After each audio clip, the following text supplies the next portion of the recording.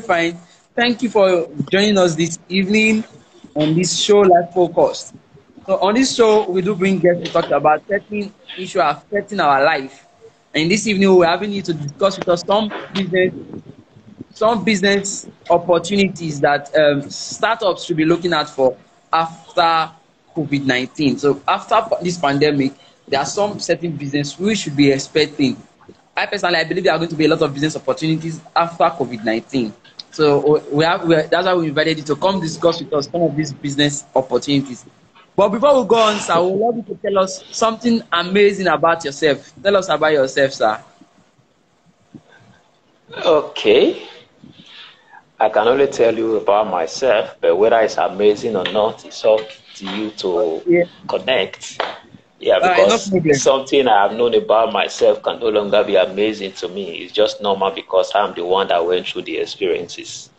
True. True. My name is Osai Tresomokaro. I Yeah. work with people with innovative ideas. Myself, at some point in time, I was confused, like every other young person is at a point in time. You know, uh, uh, before I left school, I was clear as to what I want to do. But of course, we find ourselves, sometimes you don't really go for what you want to do. You go for what is available and you go for what has the capacity to pay the bills. So I found myself working in the bank after I left school. I worked in the bank for 6 years, 6 months, and 25 days. But Wow. before I went into the bank, I told myself this: I was going to spend 5 years because I needed to understand the corporate environment, because I knew that what I'm doing today is what I was going to do with my life. But the truth is, you just left school. There are expectations. How do you pay the bills? How do you make the money? How do you meet family expectations? The family would have spent a lot to send you to school and all of that. And you need to be available, even though you're not paying back in cash, but you need to be able to be there for the other ones that are coming after you. You need to be able to be there for your parents. So it was a bit of a pressure, you know. But based on that, I went into the bank and I told myself I was going to do 5 years. But unfortunately, within this space of 5 years, got married, had my first daughter. Now having to leave after 5 years, it's not a bit difficult because I needed to take care of my wife. I needed to take care of my daughter. So I had that to face. And because of that, I dilly-dallied for another 1 year, 6 months, and 25 days until around 2012, April, I went on leave. And from there, I stepped out to do what I'm doing today. Amazing. But in the course of doing what I'm doing today, of course, there's been the challenge of having to pay the bills. Just like every business, at the beginning of it, it's not rosy.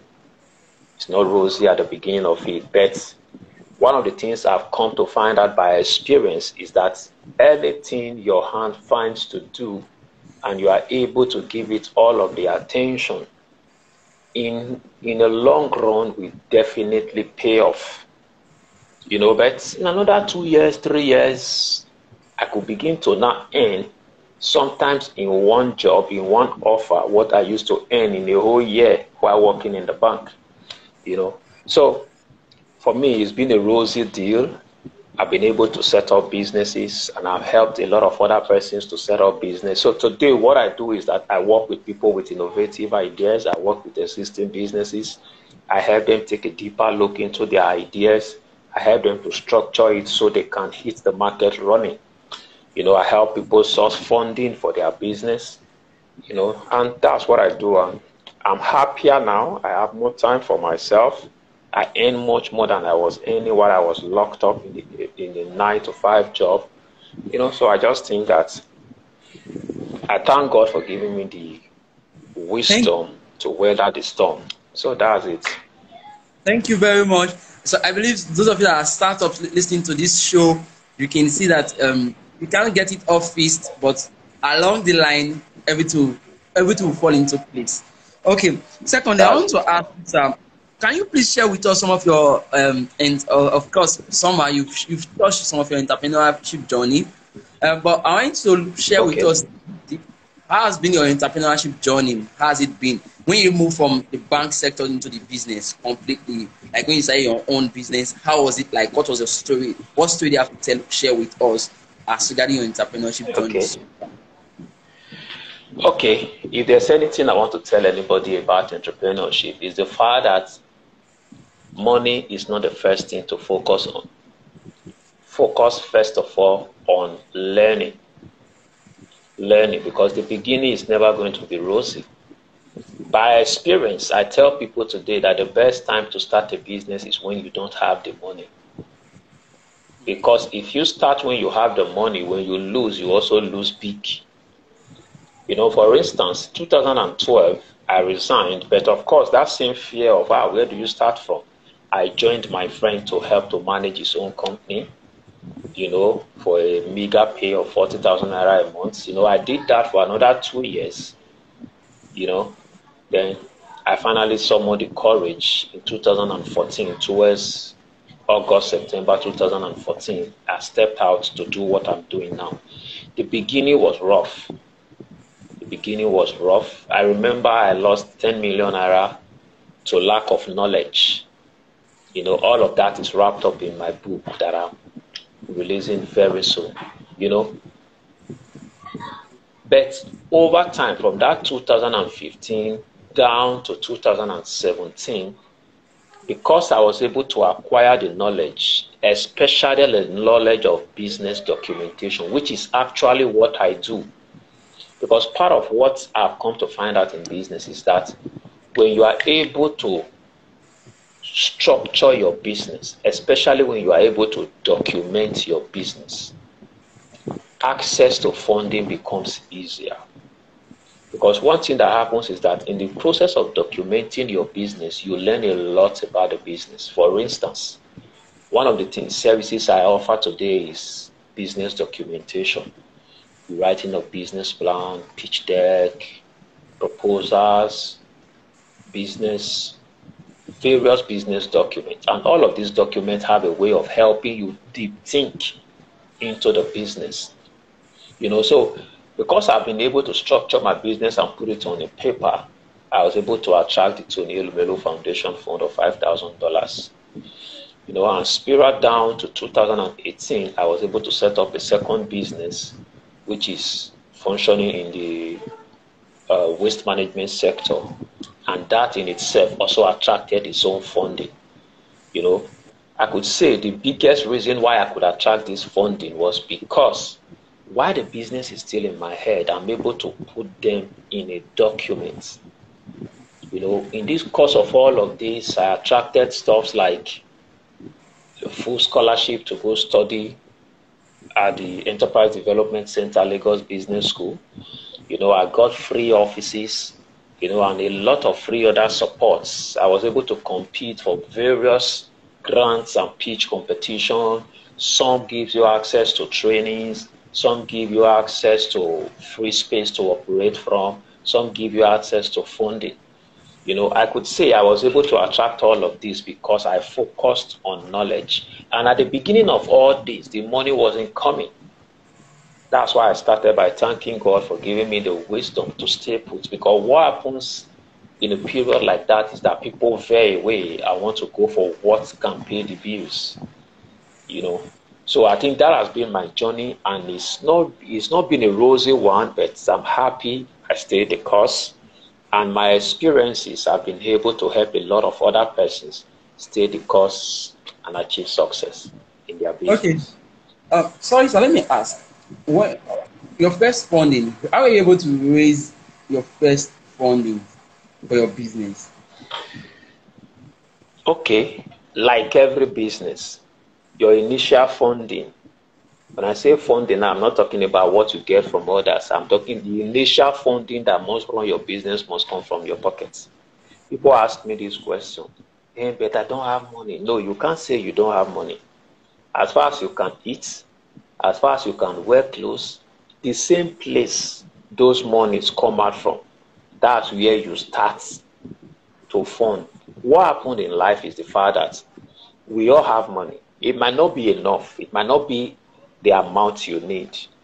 But as far as you are able to invest your own money in that idea, that's the first proof to any other person that this person is serious. Because nobody will come ahead and sponsor or fund what you, the owner of the idea, do not trust enough to fund. So you can say it.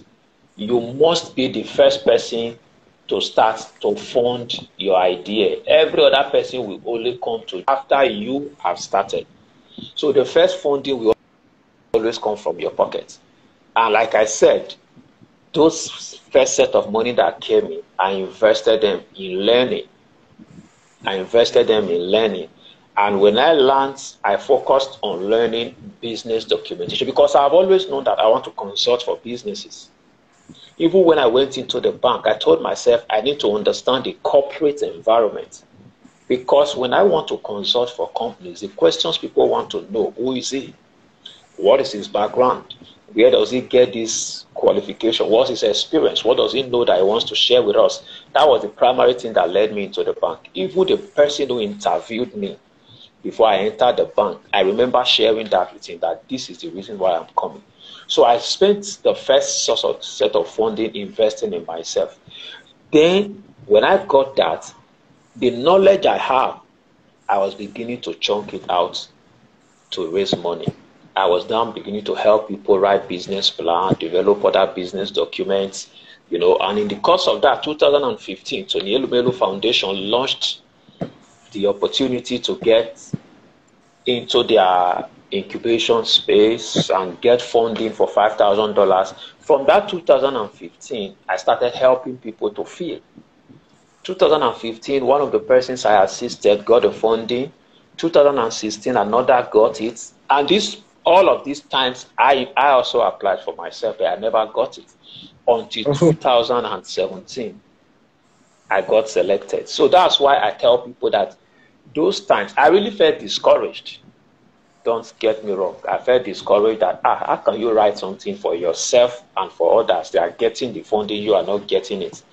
But I saw something, because one of the things that now I do in my life today is that for everything that seems not to have gone well, I ask myself, God, there must be something you're trying to tell me. What God was using those years to tell me was that you are getting better in doing this thing. You might not have gotten the funding. And I also discouraged that in 2017, because Tony Elumelu Foundation opportunity opens in January, February. So in 2017, I started January 1st. But I also discouraged that I did not submit until about February 25th. It's something I can do in 2 or 3 days because I have learned how to do it. But I abandoned it. But one of the things that now, and I asked myself, you know how to do this thing. You've already started it. Why not just submit? I just rushed over it and submitted. At that point in time where I had lost hope in the whole process, I got selected and I got the first $5,000 to support my business. Wow. And I invested that money into building a co-work space, which is one of the offices from where I operate today. And I then give out spaces for other startups. So from there, I'm beginning to train other startups. I'm beginning to do seminars and trainings where I invite people to share my thoughts and my ideas. I research on businesses. So that's practically how it has gone until 2018. I got this idea about waste management. What can I do to be able to annex the waste management sector of my state? So I got into that. I created another business, and that same business within the same year attracted funding to the tune of some 7 figures. I will not want to make sure figures here now, but that is it. I see that what is working for me is knowledge. That's why what I tell people today is knowledge is the key to success as far as business is concerned. All right, that's amazing, sir. All right, quick one, sir. In what aspect did COVID-19 affected your business, and how were you able to navigate through? Of course, COVID-19 affected a lot of people's business. We're not expecting it. So how did it affect your business? How were you able to navigate through the crisis of COVID-19, sir? Okay. Okay, like I said, part of my one of my business is the fact that I own a hub, a space where I do trainings and events. That hall we also give it out for rentage and all of that. Of course, with the COVID-19, that was 100% shut down. It's something because congregating was no longer allowed. I remember I had to even refund some person's money who had paid to do event in that hall.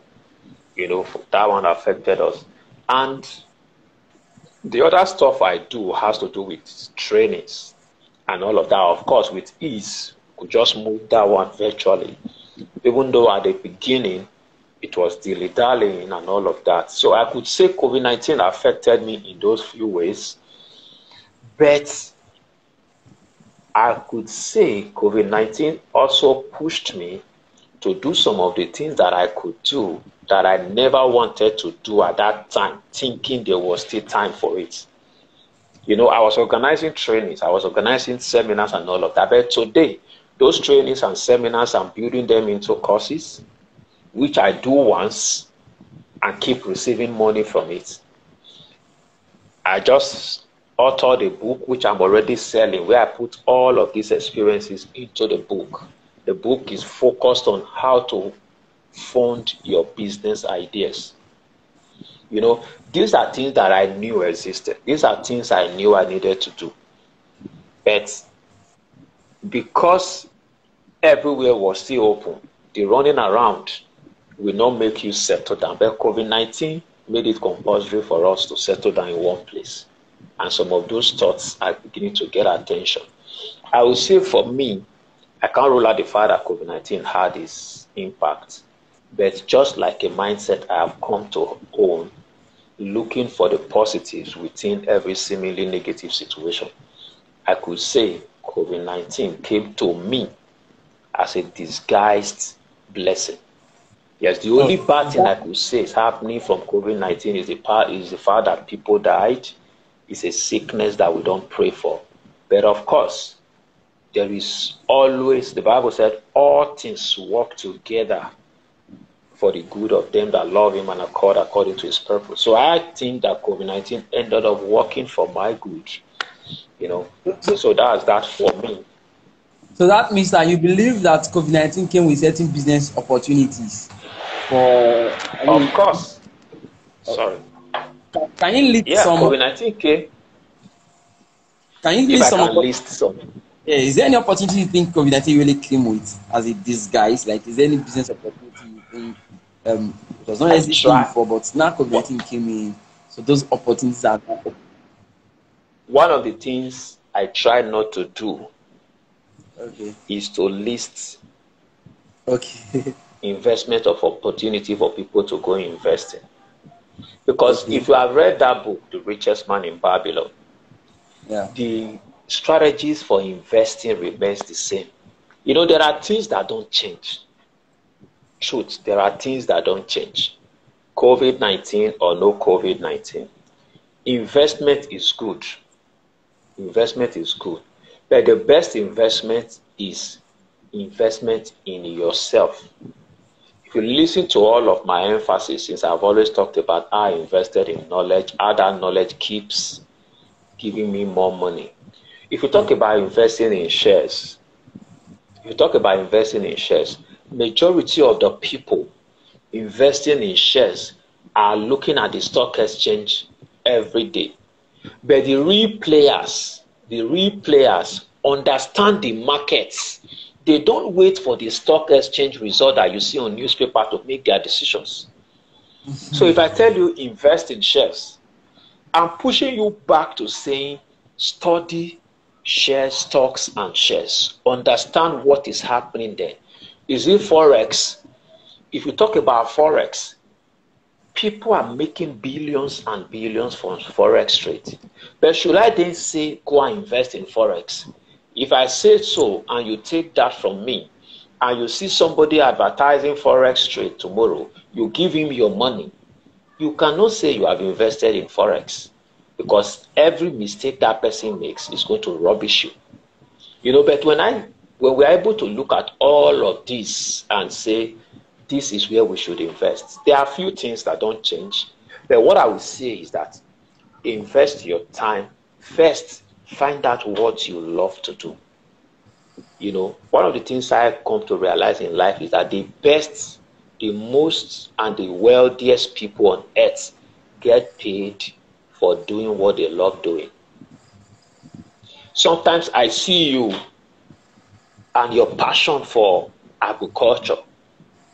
I see you and how I'm wondering, I can't cope in the farm for one day. I cannot.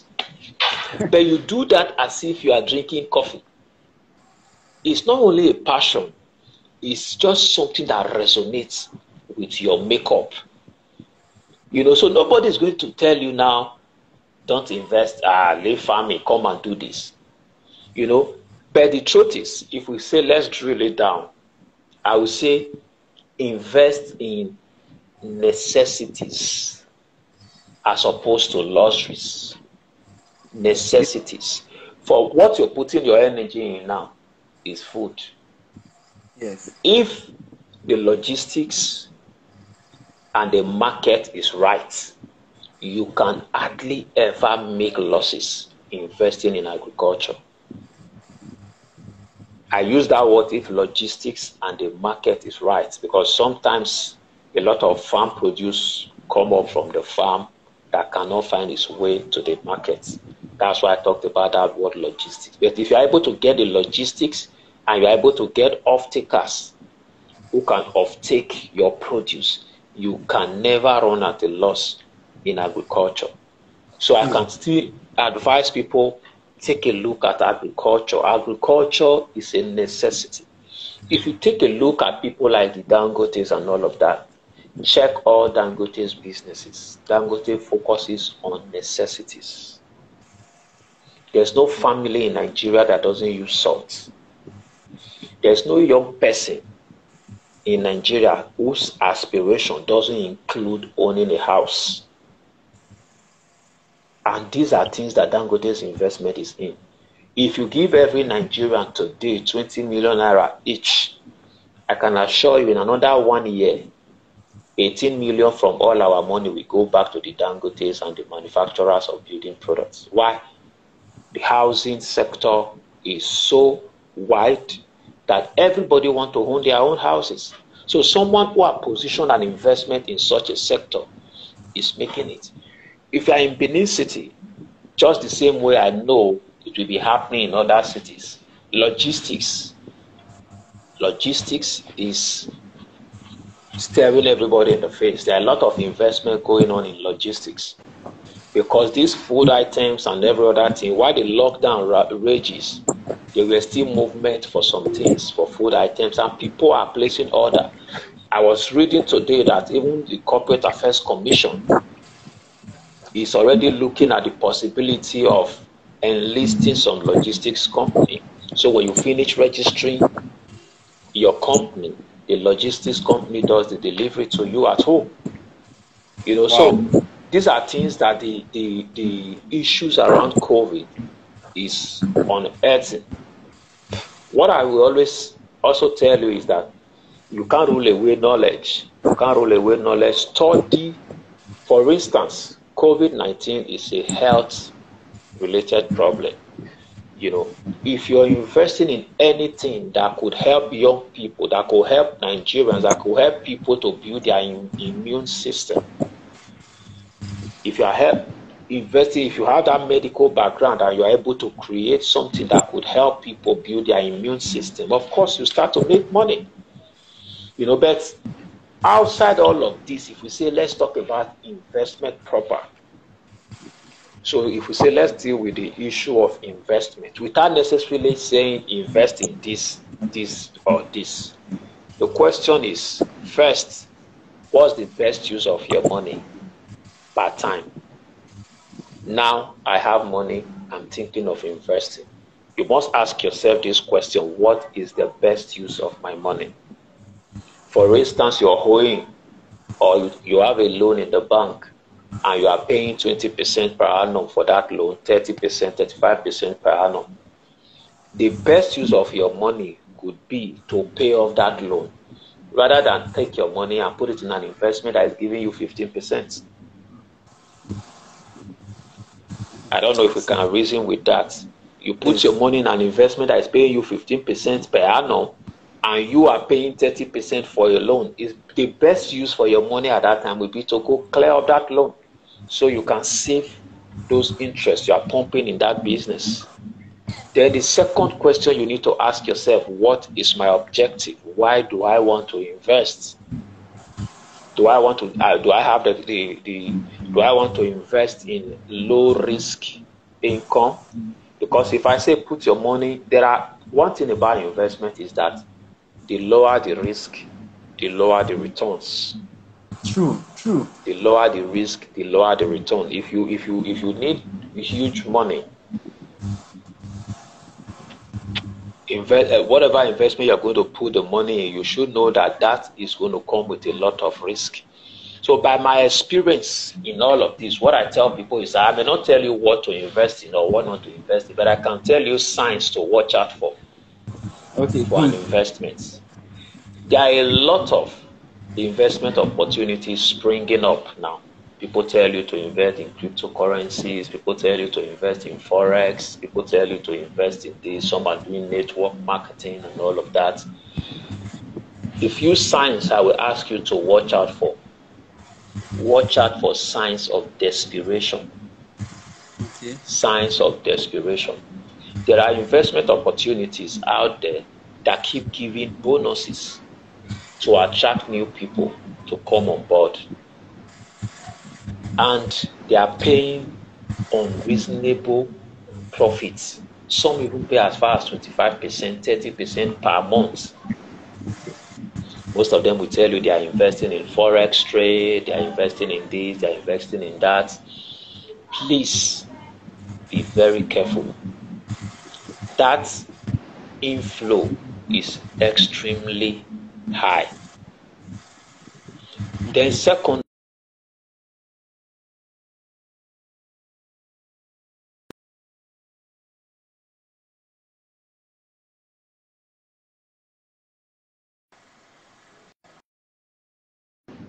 foreign exchange is even the same foreign exchange that the banks are doing, right? But we know that CBN is a regulatory body that regulates banks. We have AMCOM, is the federal government that put structures in place to take care of losses that could happen. But if these organizations and companies and agencies don't fall under any of these sector that have government regulation, be careful. There are still insurance companies that are giving 9%, 10% per annum. That's not attractive compared to some that will give you 20% per month. That's like 240% per annum. You could enjoy it for as long as it lasts, but I assure you the bubble is going to burst very soon. So that is one thing. Ask yourself, why do I want to invest?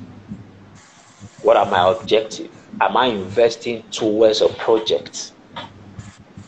Am I investing because I want to be able to curtail myself so I don't squander my money? So you must answer some of those questions before you take a decision, and watch out for some of those signs, the legal background of whatever organization you are investing in. Okay. There's not Be so sure much they're time on not our giving side. outrageous rates. There's not so much time on our Hello, sir. side. Yeah, I said time Okay. I've spent, but I would like us to peep into some of your book. You said you wrote a book of recent and business fundings, Yeah. right? Can you just give us Yes. some how to fund your How to business? fund how to Yeah, fund your business idea. how to The fund book is currently Yes, the book is currently on for pre-order. It's okay, on for pre-order at the moment, and is on for 40% discount off the price. That is for the ebook. For the hard copy is 5,000 naira, but it's currently selling for 3,500.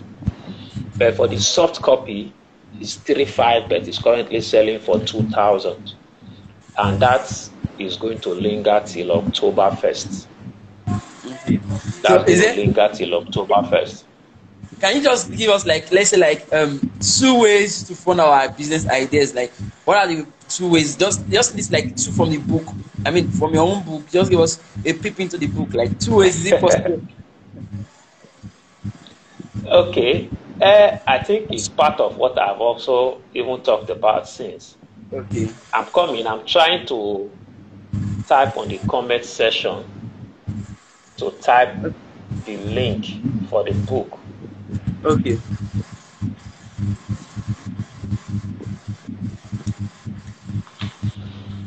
Okay, if you follow that link, trescaro.com/links, it will take you to where you can order for the book. The link is on the comment section. Okay, see what the book does.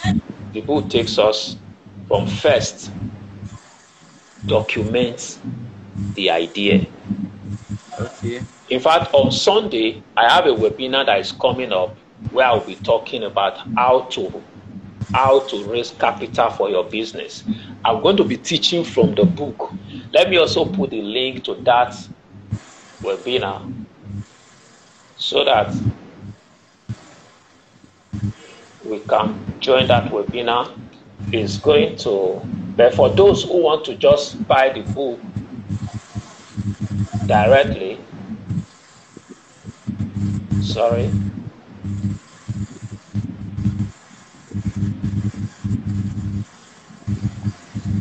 Sorry, please.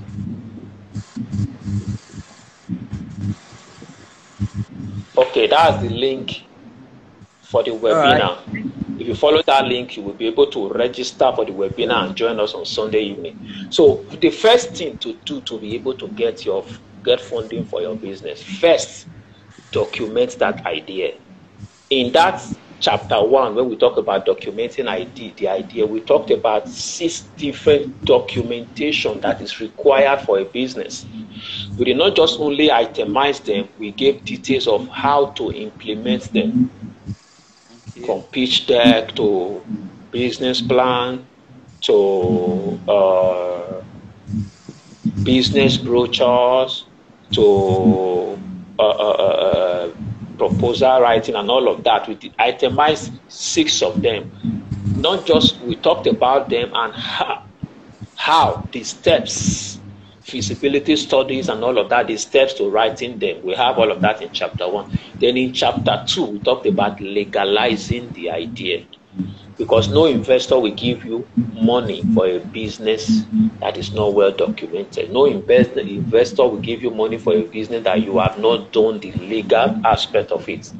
Then the third, we talked about how to build leadership, how to raise a team, because investors are keen about the team that will manage the business. But anybody so how to implement all of these things are the things we talk about. So the other 3, yes, we have 6 chapters on the book. And chapter 5, go and order for the book. So if you need for the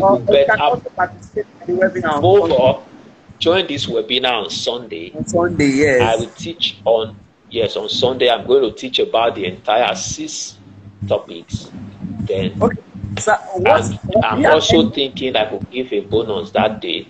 Maybe we can even lower the price for people who will buy during the webinar. Okay, go ahead, sir. What advice do you have for startups? What advice? Pick one. What advice do you have for startups? Okay, that's a 10,000 naira session you want me to give out for free now. Because, basically, the advice I have is that business is not about what you think. Because I see a lot of startups running around with ideas. They are so passionate about the ideas and all of that. But the idea is useless until you are able to own it. You know, part of strategies to owning the idea is first to validate it, to validate an idea, because a lot of us are running with ideas that are not feasible.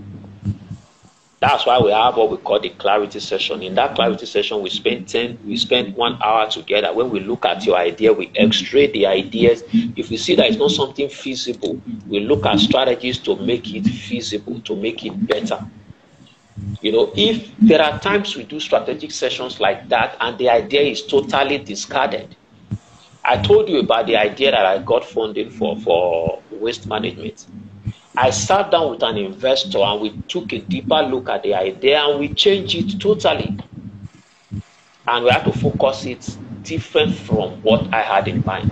So those sessions are needed. So that's my advice. Validate that idea before you start running around it. And the only persons that can tell you whether an idea is valid or not are the customers. So you must find out who your real customers is, what their problems are, what do they think. In fact, I'm giving out a bonus on that Sunday about guides to taking your idea, turning your idea into a business. I just did a short ebook that I will give out as a bonus on that Sunday for as many that will attend that webinar. How to turn your idea into a business. I talked about validating the idea, owning the idea, and all of the steps you need to do to have that. All right. Thank you very much, sir. It was nice having you on our platform this evening. Thank you. We are really, really grateful. Thank you very much for honoring the invitation. From all of us, You're welcome. all of us from this other side of Eyes of Cat TV, and have a good night's rest. Thank you very much.